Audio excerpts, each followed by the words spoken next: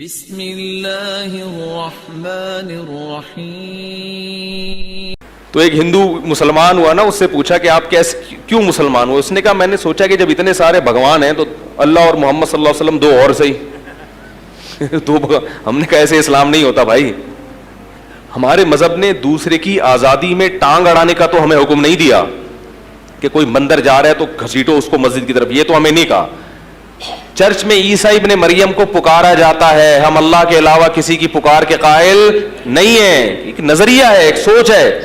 مندر میں پتھروں کے بنے ہوئے بتوں کو سامنے جھکا جاتا ہے، ہم پتھروں کے بنے ہوئے بتوں کو معبود نہیں سمجھتے۔ میں تھائی لینڈ میں نے ایک پورا مندر، ان کے ہول سیل مارکیٹ دیکھی بتوں کی، بھگوانوں کی، حیران ہو گیا کہ یار اس مارکیٹ کو دیکھ کے بھی کسی کو یقین نہیں آتا کہ یہ ان سے تم مانگتے ہو۔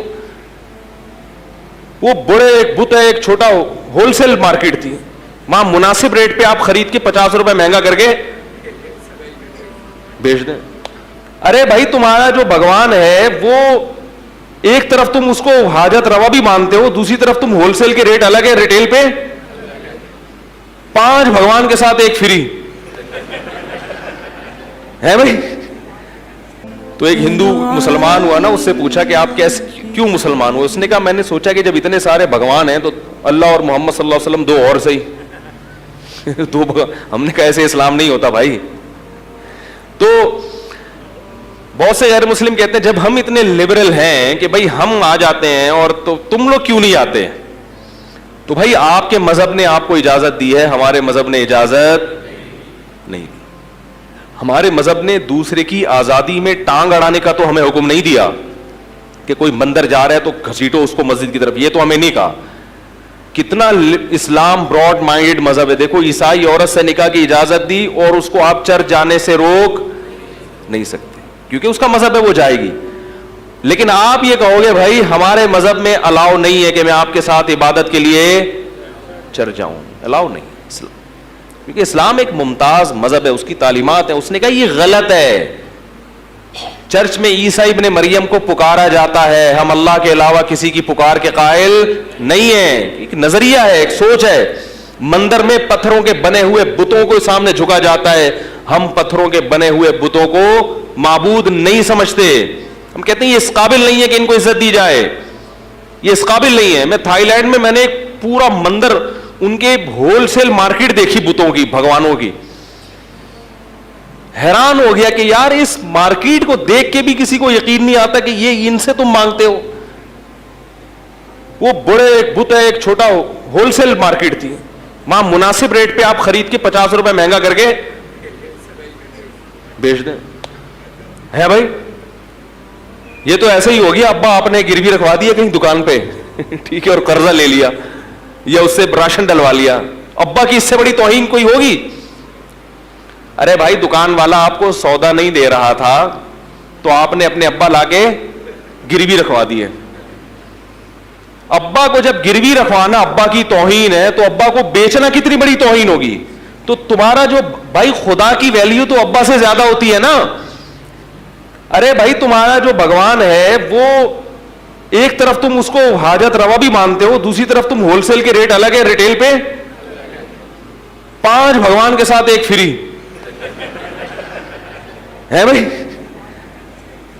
تو ٹھیک ہے، ہم کسی کے نظریات کو ہم زبردستی اپنا نظریہ مسلط نہیں کریں گے، لیکن ہم عبادت کے لیے مندر جانے کے قائل، ہاں ویسے وزٹ کے لیے جائیں گے بھائی کیا ہو رہا ہے، وہ ایک الگ چیز ہے، تو ہم اس کے قائل نہیں ہے بھائی۔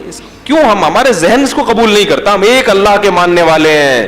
اور خدا کی قسم میں ہندوؤں سے کہتا ہوں دیکھو تعصب چھوڑ دو، ایک اللہ کو مان کے دیکھو، مزہ نہ آئے تو پیسے واپس۔ بڑا مزہ ایک اللہ کو، کیونکہ آپ کو پتا ہے یہی سب کچھ کر سکتا ہے۔ خدا کی قسم ایک اللہ کو ماننے کا جو بہت بڑا فائدہ ہے، اگر آپ سے کبھی اس اللہ کی نافرمانی ہو تو معافی مانگنے کا بھی اللہ نے اس میں مزہ رکھا ہے۔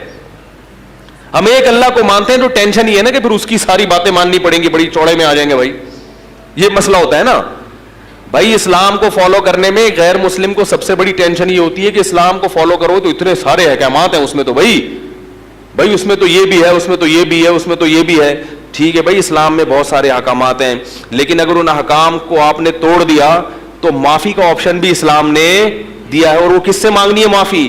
وہ کسی مخلوق سے نہیں, وہ اسی اللہ سے جس کی نافرمانی کر کے آپ نے اس کو ناراض کیا ہے, اسی کے سامنے سر جھکاؤ, کسی کو بتانے کی ضرورت نہیں ہے. توحید, عقیدہ توحید اللہ کی بہت بڑی نعمت ہے جو اللہ نے کس کو دی ہے؟ اہل اسلام کو دی ہے. یہ اہل اسلام کے علاوہ کسی کے پاس یہ نعمت نہیں ہے. اللہ نے قرآن میں کیا فرمایا؟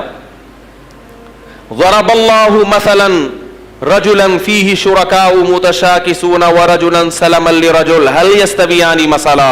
کیا خوبصورت مثال ہے.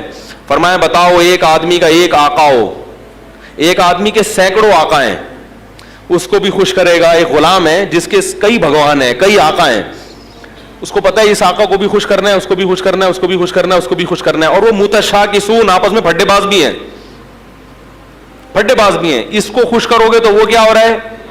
ناراض. اس کو خوش کرو گے تو وہ ناراض. اللہ فرماتے ہیں یہ زیادہ سکون میں ہے.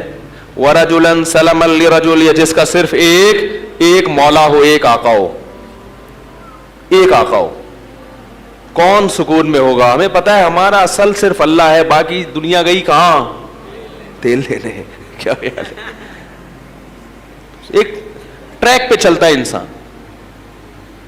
لوگوں نے کسی نے اچھا اس میں صرف حقیقی توحید بھی ہے اور ریاکاری سے بھی انسان کی جان چھوٹتی ہے, اور معاشرے اور تہذیبوں کا جو غلام بنتا ہے, اس غلامی سے بھی اللہ آپ کو نکال لیتے ہیں. اللہ کو ماننے میں صرف بتوں کی غلامی سے نہیں نکلتا انسان, مخلوق کی غلامی سے بھی نکل جاتا ہے.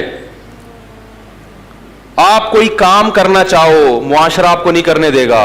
آپ اگر اللہ کو مانتے ہو تو اللہ کی طرف سے پرمیشن ہے, دنیا گئی. بولو بھائی, آپ کا ضمیر مطمئن ہوگا بھائی اللہ کی طرف سے پرمیشن ہے. مثال تو آپ سمجھ ہی گئے ہوں گے, دینے کی ضرورت نہیں ہے. کیا خیال ہے؟ کوئی بھی کام کرنا چاہو, اپنا حق لینا چاہو وراثت میں. خواتین کے فون آتے ہیں, میری وراثت 50 لاکھ بنتی ہے, میرے بھائی نے کیا کیا ہوا ہے, ساری وراثت پہ قبضہ کیا ہوا ہے, میری وراثت نہیں دے رہا. اب میں مانگوں تو مجھے شرم آتی ہے. میں نے کہا شرم آنے کی ضرورت نہیں ہے, کیونکہ اللہ نے قرآن میں صاف لفظوں میں بہن کا حصہ بتا دیا. جب اللہ نے بتا دیا تو یہ گاڈ گفٹڈ ہے نا بھائی. اللہ تمہیں کوئی تحفہ دے رہا ہے تو شرم تو اس کو آنی چاہیے جو کمبخت تمہاری وراثت دبا کے بیٹھا ہوا ہے. اب یہ چیز عورت میں کانفیڈنس پیدا کر دے گی. اگر اس کو قرآن کا علم ہوگا, وہ کہے گی میرا بھائی کتنا نیک ہو, کتنا اچھا ہو, جب اللہ نے مجھے دیا ہے تو کسی کا باپ بھی. بولو بھائی, اپنا حق دینے میں بھی لینے میں بھی کانفیڈنس, اور حق دینے میں بھی انسان مطمئن. کیونکہ دینے میں بھی بعض دفعہ انسان کنفیوز ہوتا ہے, پتہ نہیں اس کا حصہ بنتا بھی ہے کہ نہیں بنتا. کسی بھائی نے بہن پہ بہت خرچ کیا ساری زندگی, اب اس کو یہ ڈر لگتا ہے کہ یعنی ایک خوف زدہ ہوتا ہے کہ یار پتہ نہیں اس کا حصہ بنتا بھی ہے کہ نہیں بنتا, میں نے تو ساری زندگی خرچ کیا, میں خام میں اس پر احسان کر کے 50 لاکھ اس کے حوالے کر دوں. جب اسے پتہ چلتا ہے کہ اللہ نے اس کا حصہ دیا ہے, مجھے دینا پڑے گا, تو اس کے لیے فیصلہ کرنا, اگر وہ مسلمان ہے تو فیصلہ کرنا کیا ہو جائے گا؟ آسان. بھائی ٹھیک ہے. ورنہ لوگ ساری زندگی کنفیوز ہی رہتے ہیں. جو موٹیویشنل اسپیکر ہے نا, ان کی ضرورت غیر مسلموں کو ہے, مسلمانوں کو نہیں ہے. مسلمان کو تو اللہ نے بتا دیا یہ صحیح ہے یہ غلط ہے, بس دیٹس آل, ختم. مسلمان کو سکون کے لیے تقدیر کا عقیدہ, بولو بھائی, کافی ہے. رفیعت الاقلام وجفت الصحف, فرمایا تقدیر میں اللہ نے جو لکھنا تھا لکھ دیا, اور قلم کی سیاہی خشک ہو گئی ہے, اس میں چینجنگ نہیں ہو سکتی. جو غم تمہاری قسمت میں آنا ہے وہ آ کر رہے گا, جو خوشی تمہاری قسمت میں آنی ہے وہ آ کر رہے گی. کسی میں دم نہیں ہے کہ جو آنے والی خوشی ہے اس کو ٹال دے یا آنے والے غم کو دور کر دے. لہذا قرآن نے کہا لکی لا تأسوا علی ما فاتکم ولا تفرحوا بما آتاکم, جب خوشی ملا کرے تو خوش ہوا کرو مگر اترایا مت کرو, کیونکہ یہ اللہ نے لکھی ہوئی تھی. اور جب غم آیا کرے تو مایوس مت ہوا کرو, کیونکہ جو چیز ہونی ہی تھی اس پہ غم کرنا بے وقوفی ہو, تو ہو کے رہنا تھا وہ. یہ آپشن غیر مسلم کے پاس, بولو نا یار, نہیں, یہ ان کے پاس نہیں ہے. یہ اس لیے سکون میں ہی نہیں ہے. مصنوعی طریقے سے وہ خوش رہنے کی کوششوں میں لگے ہوئے ہیں. تو ایک اللہ کو ماننے سے انسان میں کیا پیدا ہوتا ہے؟ کانفیڈنس پیدا ہوتا ہے، یار یہ صحیح ہے اور یہ غلط.